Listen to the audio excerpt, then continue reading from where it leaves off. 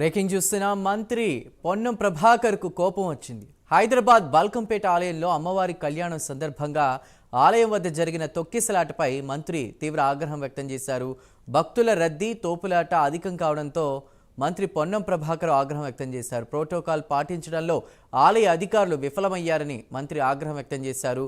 భక్తుల రద్దీని కంట్రోల్ చేయడంలో అధికారులు, పోలీసు యంత్రాంగం ఫెయిల్ అయిందన్నారు. భక్తుల రద్దీ అధికం కావడంతో నగర మేయర్ విజయలక్ష్మి కూడా ఆలయం బయటే కూర్చున్నారు.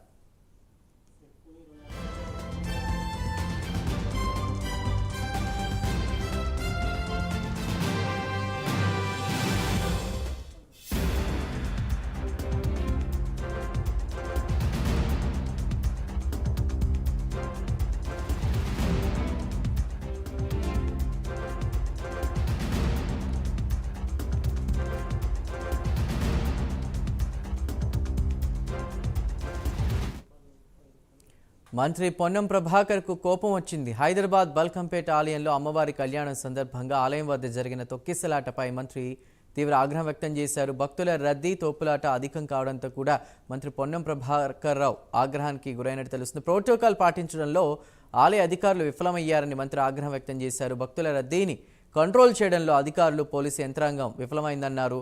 భక్తుల రద్దీ అధికం కావడంతో నగర మేయర్ విజయలక్ష్మి కూడా ఆలయం బయటే కూర్చున్నటువంటి పరిస్థితి.